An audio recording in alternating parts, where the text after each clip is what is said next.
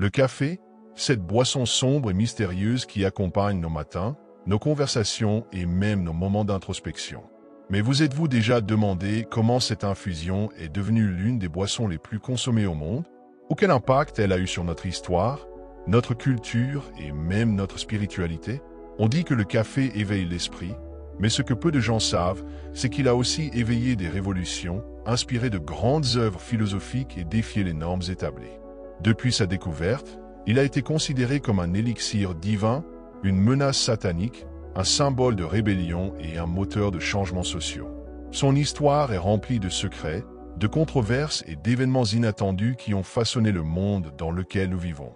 Plongeons dans les origines du café, en explorant sa mystérieuse arrivée parmi l'humanité et la manière dont son influence s'est propagée des temples des moines soufis aux cafés animés d'Europe, où philosophes et révolutionnaires ont tissé des idées qui allaient changer le cours de l'histoire. Mais nous ne nous limiterons pas à l'histoire. Nous découvrirons aussi l'impact du café sur notre énergie, notre conscience et notre champ spirituel. Si vous vous êtes déjà demandé si le café est simplement une boisson ou s'il représente une passerelle entre le monde matériel et le divin, restez jusqu'à la fin, car ce que vous allez découvrir pourrait à jamais changer votre façon de voir votre tasse de café. Les origines légendaires du café. Pour comprendre l'ampleur de l'impact du café sur l'humanité, nous devons revenir à ses débuts mystérieux. Les légendes nous mènent aux montagnes d'Éthiopie, où un berger nommé Kaldi observa que ses chèvres, après avoir mâché certains fruits rouges, semblaient pleines d'énergie et de vitalité. Certaines se dressaient sur leurs pattes arrière, tandis que d'autres s'affrontaient avec vigueur. Intrigué, il apporta ces fruits à un monastère voisin, où les moines, découvrant que l'infusion les aidait à rester éveillés durant les prières nocturnes, commencèrent à l'utiliser dans leurs rituels spirituels. Dès ses premiers contacts, le café s'est propagé dans le monde islamique, devenant un élément essentiel de la tradition soufie. Les mystiques soufis l'utilisaient dans leurs dhikrs, des séances de méditation et de prières répétitives, convaincus que cette boisson stimulait l'esprit, aiguisait la pensée et facilitait l'accès à des états de conscience élevés. C'est dans ces terres que le café cessa d'être un simple fruit pour devenir une boisson sacrée, connue sous le nom de vin de l'islam. Une boisson interdite et révolutionnaire. Cependant, sa popularité croissante entraîna aussi des controverses. Au Xe siècle, les autorités religieuses et politiques de l'Empire ottoman commencèrent à voir le café d'un mauvais œil. Les cafés, où les gens se réunissaient pour débattre, philosopher et partager des idées, devinrent des foyers de pensée libres, dans bien des cas, des centres de rébellion. Son influence était si forte que, à plusieurs reprises, le café fut interdit à la Mecque et dans d'autres régions du monde islamique, car on craignait que sa consommation n'encourage le désordre social. Ce qui semblait destiné à rester confiné à l'Orient arriva bientôt en Europe. Au XVe siècle, des marchands vénitiens introduisirent le café en Italie, où il fut accueilli avec scepticisme. Certains membres du clergé le considéraient comme une invention satanique, tandis que d'autres, comme le pape Clément VII, après l'avoir goûté, déclarèrent que sa saveur était si exquise qu'il méritait d'être baptisé et accepté par l'Église. Ainsi, les cafés se multiplièrent rapidement dans les grandes villes européennes, devenant des centres de culture, de débats et de révolutions intellectuelles. De Londres à Paris, ces lieux furent le théâtre de rencontres entre écrivains, philosophes et politiciens qui façonnèrent la pensée moderne. Dans la France du XVIIIe siècle, les cafés devinrent l'épicentre des Lumières, où des figures comme Voltaire, Rousseau et Diderot discutaient du progrès humain et de la chute des monarchies. En Angleterre, les Penny University permettaient à quiconque, pour le prix d'une tasse de café, d'écouter des discussions philosophiques et scientifiques de l'époque. Mais ce qui rendait le café si puissant, ce n'était pas seulement son effet stimulant, mais son rôle de véritable catalyseur de la pensée et de la révolution. Tandis que l'alcool, omniprésent dans les tavernes de l'époque, engourdissait les sens, le café les éveillait, favorisant la clarté mentale et la créativité. Sans que personne ne puisse le prévoir, cette infusion est devenue le moteur de certaines des transformations les plus significatives de l'histoire humaine. L'impact énergétique et spirituel du café. Maintenant que nous comprenons son héritage historique et son rôle dans l'évolution de la société, une question encore plus intrigante se pose. Quel est l'impact du café sur nous, sur un plan énergétique et spirituel? À première vue, le café semble être une simple boisson stimulante, un allié du matin qui réveille l'esprit et active le corps. Mais son effet va bien au-delà du physique. D'un point de vue énergétique et spirituel, le café agit comme une force double, capable à la fois d'élever la conscience et de déséquilibrer les centres subtils de l'être humain. Pour comprendre comment le café interagit avec notre champ énergétique, il est essentiel d'analyser son influence sur le système nerveux. La caféine agit en bloquant l'adénosine, un neurotransmetteur responsable de la sensation de fatigue, maintenant ainsi l'esprit dans un état d'alerte artificielle. Cette stimulation, bien qu'elle puisse améliorer la concentration et la productivité à court terme, a aussi un coût, l'épuisement des réserves naturelles d'énergie du corps. D'un point de vue ésotérique, de nombreuses traditions soutiennent que l'énergie vitale, appelée prana en hindouisme, chi en médecine chinoise ou éther en hermétisme, circule naturellement à travers notre être. La consommation fréquente de stimulants comme le café interfère avec ce flux, procurant une sensation momentanée de puissance et de clarté mentale, mais affaiblissant la capacité du corps à se régénérer et à retrouver son équilibre par lui-même. Selon la sagesse ancestrale, le café a une forte connexion avec les chakras inférieurs, en particulier le chakra racine, Muladhara, et le plexus solaire, Manipura. Le chakra racine est associé à la survie et à l'énergie physique. Le café active ce centre énergétique, procurant une impulsion temporaire de vitalité. Cependant, étant une stimulation artificielle, il peut créer une dépendance énergétique, réduisant la capacité naturelle du corps à puiser son énergie de source interne. Le plexus solaire, quant à lui, est lié à la volonté, à la détermination et à l'ego, et il est fortement influencé par la caféine. Le café peut intensifier le feu intérieur, augmentant l'ambition et l'action, mais aussi favoriser des états d'anxiété et de stress lorsqu'il est consommé en excès. D'un autre côté, il a un impact notable sur les chakras supérieurs, qui sont liés à la connexion spirituelle. On dit que le café, en stimulant excessivement le mental rationnel, peut interférer avec le chakra du troisième œil, Aina, et le chakra couronne, Sahasrara, responsable de l'intuition et de l'expansion de la conscience. En pratique, cela signifie que, bien que le café puisse renforcer la pensée analytique et la créativité structurée, il peut aussi rendre plus difficile la perception subtile et la connexion au plan supérieur de conscience. Et c'est ici qu'émerge une contradiction fascinante. Tout au long de l'histoire, le café a été utilisé par les mystiques et les philosophes pour aiguiser l'esprit et prolonger les états de concentration. Cependant, certaines traditions spirituelles plus strictes, comme le bouddhisme et certaines branches du yoga, déconseillent son usage, arguant qu'il interfère avec la quiétude intérieure nécessaire pour atteindre des états profonds de méditation. Les moines zen, par exemple, préfèrent le thé vert, qui contient de la L-théanine, un acide aminé équilibrant la stimulation de la caféine avec un effet apaisant. Le café, en revanche, en produisant des pics d'énergie et des états d'hyperactivité mentale, peut entraîner une dispersion et des difficultés de véritable introspection. Mais cela signifie-t-il que le café est un ennemi de l'évolution spirituelle? Pas nécessairement. Tout dépend de la manière dont il est consommé et du niveau de conscience avec lequel il est utilisé. Avant de poursuivre cette analyse, prenons un instant pour réfléchir. Jusqu'à présent, nous avons exploré l'impact énergétique et spirituel du café sous une perspective ésotérique, mais il nous reste encore à aborder un aspect fondamental, sa connexion avec les états émotionnels et la vibration personnelle. Toute substance que nous consommons influence non seulement notre corps physique, mais laisse aussi une empreinte sur notre champ énergétique.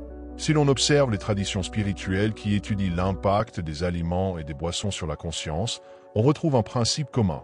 Tout ce que nous ingérons porte une vibration, et cette vibration interagit avec la nôtre, modifiant notre état émotionnel et mental. Le café, étant une substance hautement stimulante, est énergétiquement lié à la vibration du feu et de l'action. Cela signifie qu'il élève temporairement la fréquence du champ aurique, procurant une sensation de clarté, de dynamisme et de rapidité dans la prise de décision. Cependant, cette élévation n'est ni stable ni harmonieuse. Plutôt que d'élever la vibration de manière continue et équilibrée, le café génère des pics d'énergie suivis de chutes brutales, créant un cycle de dépendance. L'un des effets les plus notables du café est son lien avec l'anxiété et le stress. La stimulation du système nerveux n'active pas seulement le corps, mais peut aussi intensifier des états émotionnels latents. Si une personne est calme, le café peut lui donner un coup de pouce énergétique sans effet négatif. Mais si elle est déjà stressée ou anxieuse, le café peut amplifier ces états, rendant l'esprit plus agité et moins apte à retrouver l'équilibre. D'un point de vue vibratoire, le café agit comme un catalyseur des états internes. Il n'est pas la cause directe de l'anxiété ou de la nervosité, mais peut amplifier ces émotions si elles sont déjà présentes chez une personne. Le problème ne réside pas seulement dans la stimulation momentanée du café, mais aussi dans la manière dont il perturbe le flux naturel d'énergie. Lorsque nous dépendons de substances externes pour rester actifs, nous réduisons la capacité de notre corps à générer sa propre vitalité. De nombreuses traditions spirituelles soulignent que la véritable énergie ne vient pas de l'extérieur, mais de notre capacité à nous aligner intérieurement avec le prana, le chi ou l'énergie vitale. De grands maîtres spirituels affirment que toute l'énergie dont nous avons besoin est déjà en nous, attendant d'être activée par la respiration consciente, une alimentation équilibrée et des pratiques de méditation. Lorsqu'il devient une nécessité quotidienne, le café agit comme n'importe quel autre stimulant, plaçant le corps et l'esprit dans un état de crédit énergétique, empruntant un élan qui devra ensuite être remboursé par la fatigue ou l'instabilité émotionnelle. Face à cela, comment pouvons-nous profiter des bienfaits du café sans tomber dans ses effets négatifs? La réponse réside dans l'équilibre et la conscience. Certaines pratiques peuvent aider à maintenir une consommation saine. Premièrement, il est essentiel de consommer le café de manière consciente, en évitant de le boire par habitude ou par dépendance, mais seulement lorsque cela est vraiment nécessaire pour un regain d'énergie spécifique. Ensuite, il est important de l'équilibrer avec des pratiques qui stabilisent l'énergie, comme la méditation ou la respiration profonde, afin d'éviter une surexcitation du système nerveux. Une autre pratique essentielle est d'observer les effets du café sur son propre corps et son esprit. Chaque personne a une relation différente avec cette substance, et remarquer comment elle affecte son énergie personnelle est crucial pour décider si sa consommation est bénéfique ou nuisible.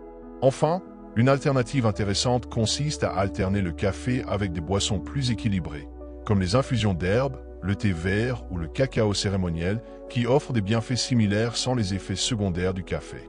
Le café, comme tout autre outil, peut être utilisé en pleine conscience ou inconsciemment. La clé n'est pas de l'éviter complètement, mais d'apprendre à l'intégrer de manière à ce qu'il nous soit bénéfique plutôt que de créer un déséquilibre. Jusqu'à présent, nous avons exploré l'impact du café sur l'énergie, l'esprit et les émotions, mais un dernier aspect mérite d'être analysé, sa connexion avec l'éveil spirituel et les pratiques ésotériques. Au fil de l'histoire, le café n'a pas seulement été une boisson stimulante, mais aussi un outil utilisé dans les rituels, les pratiques méditatives et les processus d'introspection. Sa capacité à clarifier l'esprit en a fait un allié pour la concentration et la réflexion. Cependant, comme nous l'avons vu, sa consommation doit être maîtrisée avec conscience afin d'éviter la dépendance énergétique et les effets négatifs sur le champ aurique. Voyons maintenant comment intégrer le café dans la vie spirituelle de manière équilibrée, en évitant qu'il devienne un fardeau énergétique. Au contraire, en l'utilisant comme un amplificateur de clarté mentale et de connexion intérieure. Certaines traditions spirituelles utilisent le café pour intensifier la concentration et l'acuité mentale avant la méditation. Son effet stimulant peut être utile lorsqu'on cherche à rester alerte et conscient pendant les pratiques contemplatives. Boire une petite quantité de café avant une séance d'introspection peut aider à maintenir le focus sur une pensée ou une question profonde. De plus, plusieurs écoles ésotériques ont employé le café comme un éveil de l'intellect, facilitant l'interprétation et l'approfondissement des textes philosophiques et spirituels. Une autre application intéressante du café est dans le domaine de la visualisation créative. Certaines personnes remarquent qu'il aiguise l'imagination et permet d'explorer plus clairement le monde symbolique au cours de ces pratiques. Dans certaines cultures, le café a été utilisé non seulement comme boisson, mais aussi comme outil de purification énergétique. On pense que son arôme et sa composition peuvent absorber les énergies denses et les transmuter. Parmi les méthodes pour l'utiliser à cette fin, on trouve les bains énergétiques au café, où l'on mélange du café moulu avec de l'eau tiède et on l'applique sur le corps en visualisant les énergies négatives se dissiper. Une autre pratique est la fumigation au café, qui consiste à brûler des grains secs dans un récipient pour purifier un espace ou éliminer les énergies stagnantes. Enfin, certaines traditions ésotériques placent du café sur des autels comme offrande, cherchant clarté et guidance spirituelle. S'il est utilisé avec conscience et intention, le café peut être un allié précieux pour l'esprit et la spiritualité, en aidant à la fois à l'expansion de la perception et à la purification énergétique. Pour ceux qui dépendent excessivement du café, il est essentiel de retrouver la connexion avec les sources internes d'énergie. Certains moyens peuvent aider à équilibrer le système énergétique sans recourir uniquement à la caféine. Des pratiques respiratoires comme le pranayama et la respiration alternée, Nadi Shodhana, aident à revitaliser le corps sans utiliser de stimulants externes. L'alimentation consciente joue également un rôle essentiel. Inclure davantage d'aliments vivants et frais dans son régime permet de maintenir des niveaux élevés d'énergie sans créer de dépendance aux substances stimulantes. De plus, pratiquer la méditation matinale avant de consommer du café permet d'observer si le besoin de cette boisson est réel ou s'il ne s'agit que d'un réflexe automatique. Il existe des alternatives naturelles qui peuvent apporter clarté mentale sans les impacts énergétiques du café, comme le matcha, le cacao cérémoniel ou le ginseng. Le café, en soi, n'est ni bon ni mauvais, mais son usage inconscient peut créer un déséquilibre dans le corps, l'esprit et l'âme. Le secret réside dans la transformation de l'acte de boire du café en une expérience consciente plutôt qu'en une habitude mécanique. Avant de prendre une tasse, il est important de se poser la question: en ai-je réellement besoin ou est-ce juste une habitude? Comment me sens-je avant d'en boire et comment mon énergie change-t-elle après? Est-ce que j'utilise le café comme un soutien ou comme une béquille énergétique? Lorsqu'une simple gorgée de café devient un acte de pleine conscience, sa consommation cesse d'être un automatisme et se transforme en un outil spirituel. Le café, bien plus qu'une simple boisson, a été un fil conducteur dans l'histoire de l'humanité. Des mystiques soufis, qui l'utilisaient pour rester éveillés lors de leurs pratiques spirituelles nocturnes, aux philosophes et écrivains qui trouvaient dans son arôme une étincelle de créativité, le café a transcendé les cultures et les époques. Son impact n'est pas uniquement physique. Il influence notre champ énergétique, notre conscience et notre connexion spirituelle. Il peut être un allié de la clarté mentale et de la concentration, mais aussi un obstacle s'il devient une dépendance qui nous éloigne de notre énergie vitale. L'équilibre est essentiel. Il ne s'agit ni de diaboliser le café, ni de le consommer sans conscience, mais de transformer cette relation en un acte sacré et délibéré. Si chaque tasse est prise avec intention, gratitude et une observation attentive de ses effets sur le corps et l'esprit, le café cesse d'être un simple rituel quotidien pour devenir un véritable outil de pouvoir. Maintenant que cette perspective a été explorée, une réflexion s'impose. Quelle est votre relation avec le café? L'utilisez-vous comme un outil conscient ou comme un échappatoire automatique?